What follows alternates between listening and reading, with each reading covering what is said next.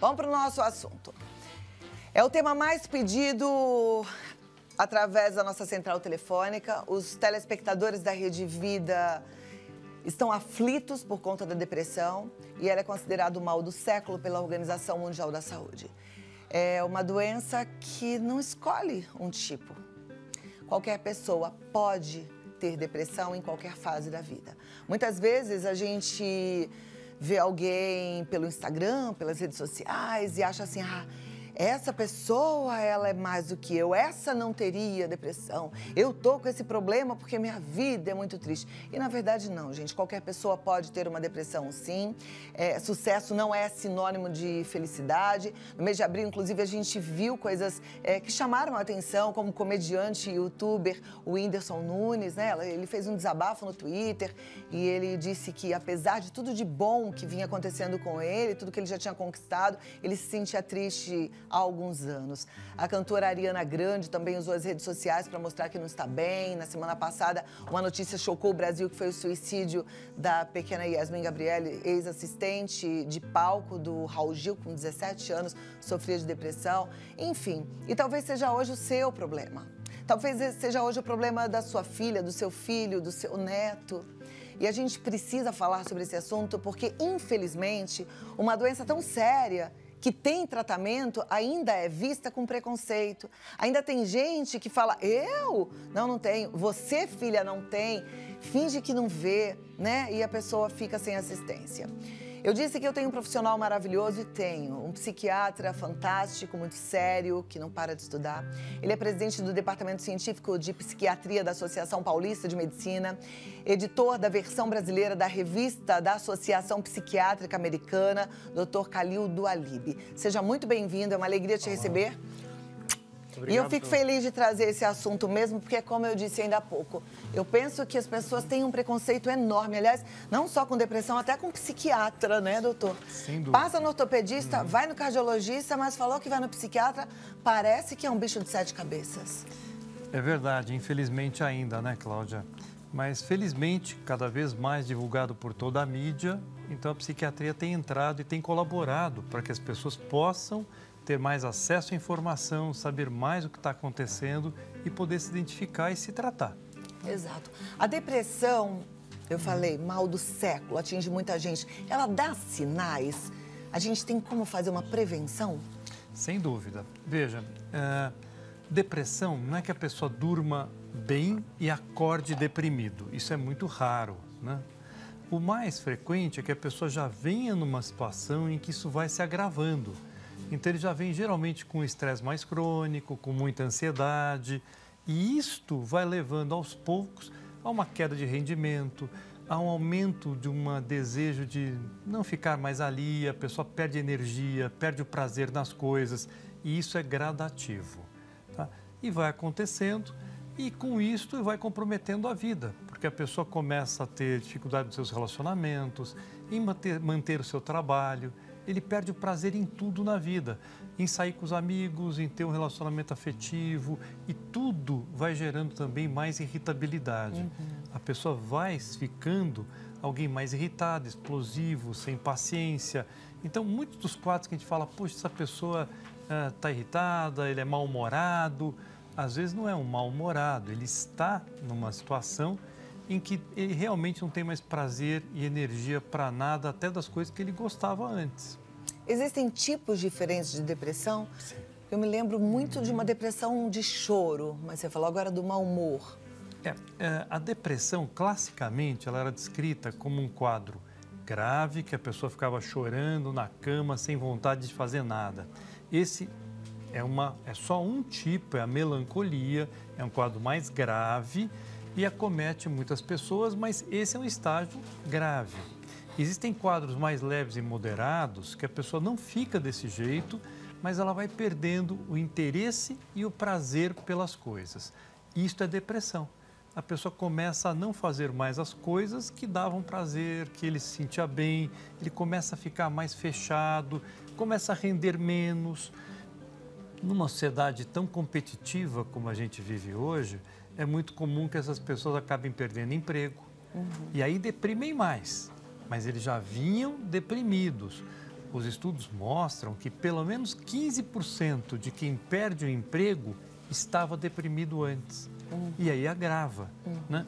Ou rompe o relacionamento. É muito difícil você se relacionar com alguém deprimido.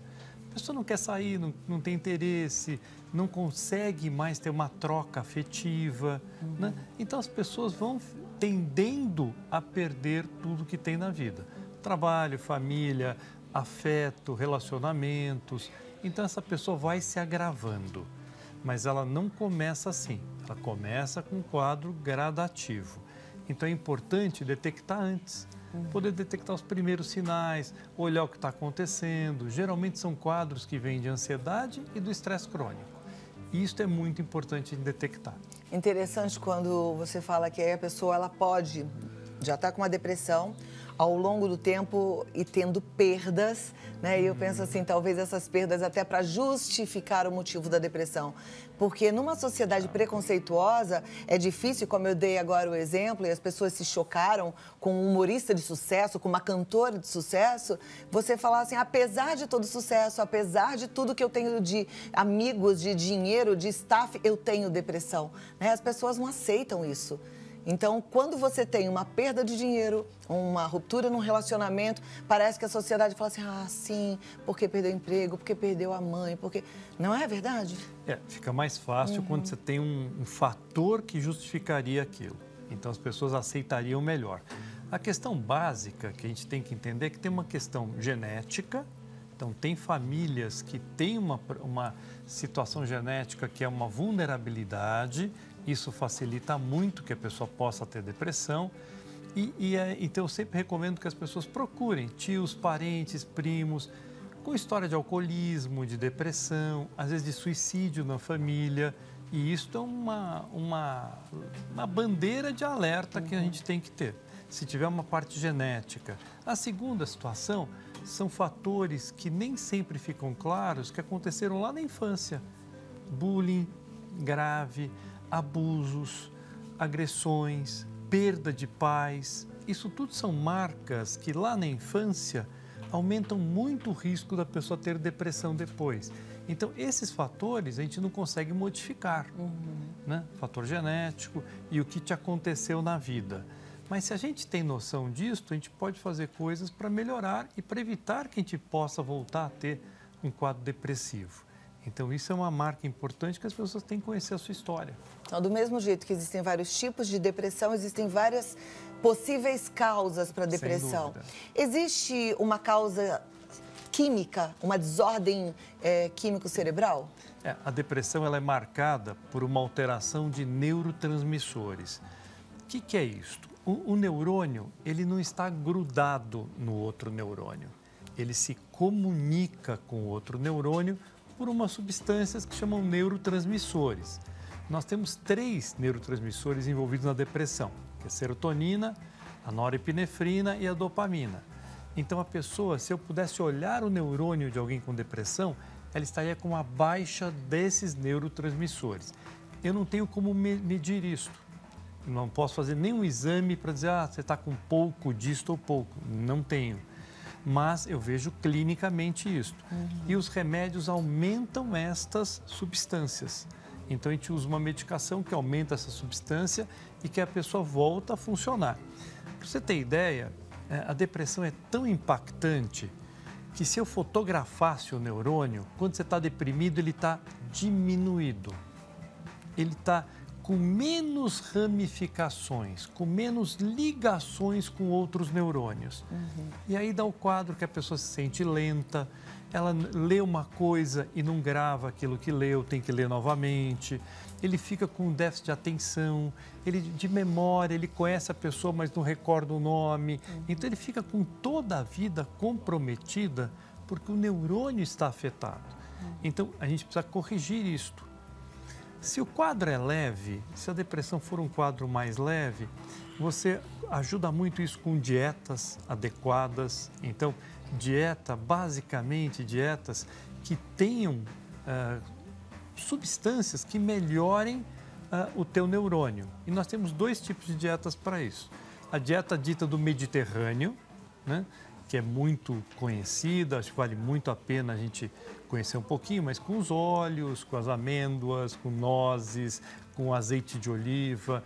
Então, isso ajuda muito a pessoa, mas é mais a longo prazo. E a ingestão de frutas vermelhas pequenas, do morango para as menores. São as berries, né? É, as berries, né? E que elas têm uma substância que chama antocianina e que cada pessoa que tem depressão deveria colocar na dieta 2 potinhos por semana. Tá vendo? Aí você tem um pé de amora no seu quintal e não tá indo lá pegar amora. Vai, porque é um bom remédio.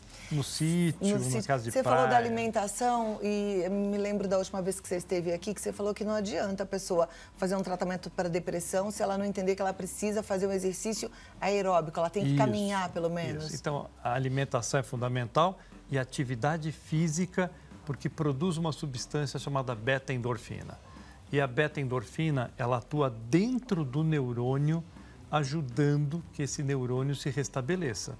Então, o remédio atua na ligação, mas a endorfina atua dentro do neurônio. Então, isso é uma caminhada aeróbica, 30, 40 minutos, mas tem que ser 5 vezes por semana. Agora, é difícil, porque um paciente com depressão, ele não tem vontade de levantar da cama, ainda mais para ir fazer uma caminhada, né? É verdade, mas o dia que ele não tem vontade é o dia que ele mais precisaria fazer isso. E então, aí tem que ir por disciplina. Aí, por disciplina, a família pode ajudar muito, né? O amigo. Então, pega o seu amigo que está deprimido, vamos andar, pega para ir passear num parque, vamos andar de bicicleta, vamos movimentar, vai fazer uma aula que você goste.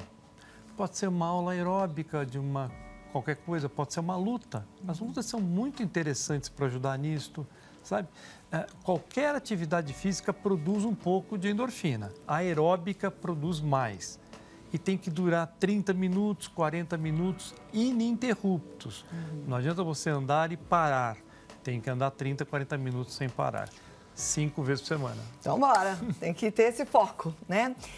Me chama muita atenção, até falei bastante dos telespectadores da Rede Vida, a turma de mais idade. Não vou nem falar que é mais idosa, porque a gente muito jovem, mas assim, a partir dos 55, 60 anos, parece que tem um número maior de pessoas com depressão. Ela pode vir mais forte nas pessoas com mais idade? É porque aí você tem uma somatória de coisas. Você tem o cérebro que já não está tão jovem e que já vai perdendo neurônios. Então, a partir de 40 anos, o que nós sabemos é que a pessoa já não repõe tanto neurônio quanto deveria. Então, nós perdemos neurônios sempre, mas nós temos uma reposição de hormônio. Ele é fabricado também. Não no mesmo ritmo, mas ele é fabricado. A partir de 50, 55, 60 anos, essa reposição já é menor. Então, nós vamos tendo mais perda de neurônio. E, além disso, começam também os relacionamentos a ficarem mais difíceis, os filhos já saíram de casa, nem sempre a situação econômica para a pessoa de mais idade é tão tranquila. Você começa a ter vários outros fatores. E um que é muito importante, que é a dor. A gente começa a ter algumas doenças que caminham com dor. Artrites, artroses, mal-estar ou não faz tanta atividade física e fica com lesões. A dor é um forte precipitante de depressão. A dor atua num fenômeno que a gente chama de um fenômeno inflamatório. E a depressão, hoje ela é considerada uma doença inflamatória, como se o corpo todo e o cérebro em particular estivessem inflamados. Então a gente precisaria que essa pessoa tivesse uma avaliação clínica de tudo que está acontecendo com ela, porque muitas doenças da depressão estão associadas com doenças clínicas. Então, alterações da tireoide, pequenos tumores, podem cursar com depressão. Então, a gente precisaria poder ajudar essa pessoa a melhorar na parte clínica, melhorar essas questões e ainda tem o sono, que o sono tem que estar muito, muito bom e repousante. Você precisa ter um sono que te restabeleça. Quando você restabelece no sono, você faz todo o ciclo de sono de uma forma normal e isso te ajuda a melhorar todas as suas funções psíquicas. Mas um dos sintomas da depressão também é a insônia. Pode ser insônia. O que vem primeiro, a insônia ou a depressão? As duas coisas caminham juntas. Você tiver insônia, você tem muito maior risco de ter depressão. E se você tiver depressão, você também afeta o teu sono. Você fica com mais dificuldade de pegar no sono e pode acordar no meio da noite. Então, as duas coisas acontecem juntas. Então, tem que cuidar do sono de uma forma muito importante. Tá vendo como é importante quebrar o preconceito, buscar ajuda, procurar um bom médico? Não tem escapatória. A gente precisa entregar a nossa saúde para quem estudou. E é de cada parte, né? Então, seja atento aí. Porque enquanto você falava, eu pensava assim, puxa, mas num casal de idosos, onde os filhos já foram, né? Que tá aquele ninho vazio, são só os dois. Se um adoece com depressão, o outro adoece junto. Porque um já não quer mais sair, o outro deixa de sair para fazer companhia. Daqui a pouco estão os dois prostrados e deprimidos em casa. E aí a situação fica Isso é pior. uma realidade. Se um do casal deprime, o outro passa a deprimir também. E o que eu queria falar para você que está assistindo é que presta atenção em todas as perguntas e respostas, porque nós somos muito parecidos, né? As questões do ser humano são parecidas, né, doutor? Então, você vai ser ajudado também, viu? A primeira pergunta diz: boa tarde, Cláudia. Minha prima se suicidou por causa da depressão. Ela tinha tudo, uma vida boa financeiramente, um casamento maravilhoso, um casal de filhos lindos. Ela teve depressão pós-parto e não reagiu. Muito triste. Por isso, nem tudo é felicidade. Meu nome é Elisene, ela é de Dayatuba. A depressão pós-parto pode levar ao suicídio? Existem dois tipos de depressão pós-parto. O primeiro é o que a gente chama de um postpartum blues, ou blue puerperal. Isso é normal numa primigesta, quer dizer, primeiro parto, está relacionado com insegurança. Será que eu vou saber o que acontece com meu filho? Por que ele está chorando? Se ele está com fome, está com cólica? Será que eu vou ser uma boa mãe? Será que eu vou conseguir dar banho sem derrubar? Essas inseguranças são normais, acometem 30% das mulheres que engravidam no primeiro filho. Isto não precisa ser medicado, não é uma depressão grave, precisa ser orientado e ajudado por alguém que ajude, por uma irmã, por uma mãe, por pessoas próximas. Isso precisa ser orientado. E um segundo tipo, que chama de depressão puerperal mesmo, é a depressão maior, grave. Quem tem maior risco disso é quem já teve depressões graves anteriormente, e a brusca alteração hormonal que acontece depois do nascimento facilita que essa mulher possa ter uma depressão grave. Essa depressão precisa ser detectada. Às vezes a gente pede para afastar da criança, porque às vezes a pessoa também acaba fazendo algo contra a criança. Afasta da criança, tem que tomar remédio, tem que ter muita atenção, porque é uma depressão grave e que pode levar a suicídio. Ok, obrigada pela sua contribuição e contar a sua história. Eu penso que também ajuda muita gente, porque até muitas mães se sentem constrangidas de pedir ajuda numa situação dessa, porque pensa, puxa, eu deveria estar feliz e eu não estou. Como é que eu conto isso para as pessoas, né? Você sabe que existe um trabalho muito interessante numa universidade do Canadá, que quando a mulher já teve depressão antes de engravidar e tudo, eles deixam a pessoa na maternidade uma semana. Uma semana para evitar esse risco. Então eles deixam, cuidam, é bem interessante. Quem sabe um dia a gente chega lá. A Valdirene, ela é de Uberlândia, ela pergunta: a depressão pode causar amnésia? A minha tia tem umas crises de amnésia e antes de dar a crise, ela sente um cheiro diferente. Pode explicar o que é isso? Olha, a gente precisa olhar talvez três coisas. Depressão afeta muito concentração, memória, você não acha o nome de alguma coisa, isso é verdade. Você lê alguma coisa e tem que reler, isso pode ser da depressão. Essa situação de sentir cheiro antes pode estar muito ligada a um outro quadro neurológico, que são pequenas disritmias, que a gente chama de auras. Pode estar ligado tanto com enxaqueca quanto com crises maiores de disritmia. Então, talvez precisaria fazer uma avaliação, porque essa história de sentir um cheiro antes pode estar ligado a algumas outras coisas. Ok. Próxima pergunta, gostaria de saber se uma pessoa que toma medicamentos dados pelo psiquiatra pode conseguir se livrar dos remédios. Parabéns pela entrevista, Eliane Gouveia, do Rio de Janeiro. Eliane, a meta é essa, sabe? A meta é poder ficar sem remédio. O que acontece é o seguinte, geralmente a pessoa toma remédio por um tempo menor do que a gente deveria mesmo fazer. O que a gente conhece hoje? A pessoa precisa tomar remédio, tomar de uma forma ininterrupta, sem parar, mesmo estando bem. E estando bem, precisaria manter a medicação por alguns meses. para que realmente esse neurônio consolidasse essa melhora e aí nós pudéssemos tirar o remédio. Se fizer isso, botar atividade física, mudar o ritmo de vida, começar a fazer às vezes uma terapia para entender o que aconteceu, perfeito. Apesar de existirem vários tipos de depressão, elas têm sintomas parecidos, os medicamentos são de acordo com cada sintoma, é isso? A gente costuma dizer que o tratamento é de acordo com cada pessoa. O americano usa uma expressão interessante que é tailor-made, feito pelo alfaiate. Você tem que escolher o melhor remédio para aquela pessoa. Então, pessoas que têm muita insônia, um remédio que acabe dando um pouquinho mais de sonolência noturna. Tem pessoas que não suportam ganhar peso, então o remédio não pode favorecer isso.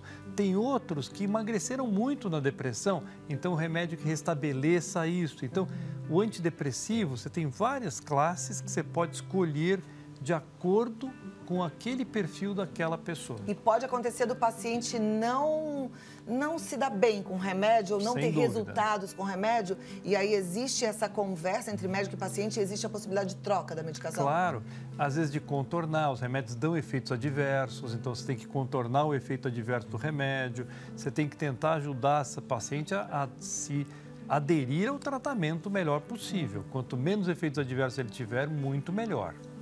Próxima pergunta. Não quero me identificar. Minha filha sofreu um abuso sexual há 8 anos e até hoje não consegue viver bem, pois sempre está tendo essas más lembranças. O que fazer para ajudá-la? O que a sua filha teve provavelmente foi o que a gente chama de um estresse pós-traumático.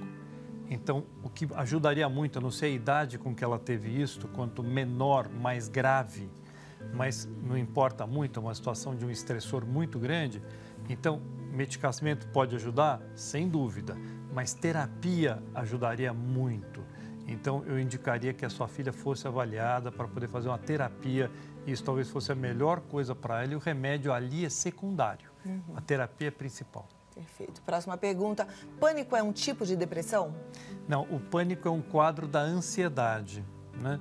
Agora, quem tem quadros de ansiedade na adolescência tem muito maior risco de ter depressão mais para frente. Então, a gente precisa tomar esse cuidado e a gente tem que tratar o pânico até o final. O tratamento do pânico, muitas vezes, é feito com remédio antidepressivo, porque o antidepressivo, na verdade, principalmente que atua em serotonina, diminui muito a ansiedade. Então, isso ajuda muito ao pânico. Muito bom.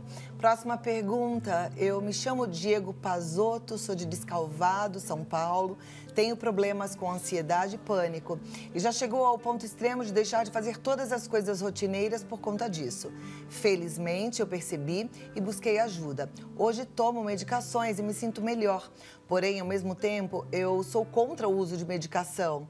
Só comecei a tomar porque senti que precisava. Meu psiquiatra disse que é preconceito meu essa ideia sobre as medicações. Porém, eu não acho. O que o Dr. Calil pode me falar sobre isso?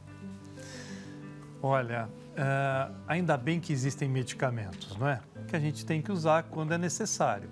O que a gente tem que entender é que, às vezes, quando a gente melhora do quadro de ansiedade ou depressão, a gente não deveria parar o tratamento. Porque, infelizmente, se você parar o tratamento, a chance de ter uma recaída é muito grande. Então, a gente preconiza que a pessoa continue com o tratamento por um certo tempo, geralmente alguns meses depois de estar bem, e faça todas as outras coisas que vão colaborar muito. Então, puxa, se você realmente puder redimensionar a sua vida, às vezes se religar, então religião é um fator importante, às vezes conectar-se com amizades, com pessoas, mudar estilo de vida com atividades físicas, isso tudo ajudaria muito. Perfeito. Próxima pergunta é do Moisés e ele quer saber se depressão faz perder peso ou engordar. Ele diz, sinto muita diferença no meu peso, não sinto mais vontade de sair de casa, nem para jogar futebol, que eu gosto muito. Olha, 90% das pessoas emagrecem, porque ela não tem nem vontade de comer, não sente o gosto, às vezes, da comida. Então, 90% das pessoas que têm depressão emagrecem, mas 10% ganham peso. Acordam no meio da noite, assaltam a geladeira, comem um monte de todas as porcarias que encontrar pela frente. Então, tem que tomar esse cuidado. Isso é uma característica de cada um, mas a maior parte emagrece. Perfeito. Só mais uma perguntinha, tem tantas perguntas. Esse tema aqui a gente podia passar a tarde inteira tratando sobre ele. Eu ficaria muito feliz, porque como é bom a gente poder ajudar, né? E tem gente do Brasil inteiro aqui. Próxima vem do Pernambuco, é da Daiane, ela é de Ouricuri. Ela diz, a causa de ficar só pensando que ninguém se importa com você, pensamentos negativos, causa depressão? Eu acho que se você está pensando essas coisas é porque isso já está te incomodando. Então, a minha sugestão é que você possa procurar. Existem vários grupos de apoio que são interessantes. Então, a internet tem coisas interessantes, tem coisas não tão interessantes. Ter alguém para conversar e dividir as coisas, sem criticar, sem fazer nada, é interessante. Aí é um papel da terapia que eu acho sempre fundamental. Mesmo na tua cidade ou em alguma cidade próxima, deve ter algum terapeuta, uma boa pessoa, uma boa psicóloga que possa te auxiliar a pensar e dar a dimensão exata de cada coisa. Isso não tem preço. Exato. E olha, a gente vai voltar com esse tema, viu? Quero agradecer a você que participou. Quero dizer para você que está aí sofrendo, angustiado, queria ter feito a sua pergunta, que é importante você buscar ajuda, vença o preconceito e lute por você, pela vida. E não esqueça, você não é o seu pensamento, você controla o seu pensamento. Pensa nisso. Ai, eu estou pensando que as pessoas... Não, esquece. Pense em coisas boas, ocupa sua mente com aquilo que é bom, que pode te levar a uma boa ação, tá? Doutor, muito bom te receber, muito obrigada. Doutor Calil do Alibe, você pode entrar em contato através do 11 3284 5876 para conversar um pouco mais, mas ele volta, tá? Prometido aqui pra gente. Até a próxima, então. Muito obrigada, doutor. Obrigado a você, tudo de bom. Eu fico tocada, viu, com a sua história e fico pensando mesmo na importância de você prestar atenção, não deixar a coisa crescer. Essa questão do pensamento é interessante. Até gravei um videozinho lá no meu canal do YouTube falando sobre isso. Vai lá depois, é Cláudia Tenório, porque a gente não é o nosso pensamento. A gente é dono do nosso pensamento. Então, comece a pensar coisas boas a seu respeito. A primeira coisa que você tem que fazer é lembrar que quando Deus fez o homem e a mulher, Ele gostou do que fez. Então, Ele gosta de você. Aí você fala, Cláudia, não consigo pensar nisso. Começa a treinar. É treino, tá? Vai lá, assiste os vídeos, eu acho que você vai gostar. Eu falo bastante sobre autoestima, sobre a importância da gente cuidar dos pensamentos. É só colocar no YouTube, Cláudia Tenório.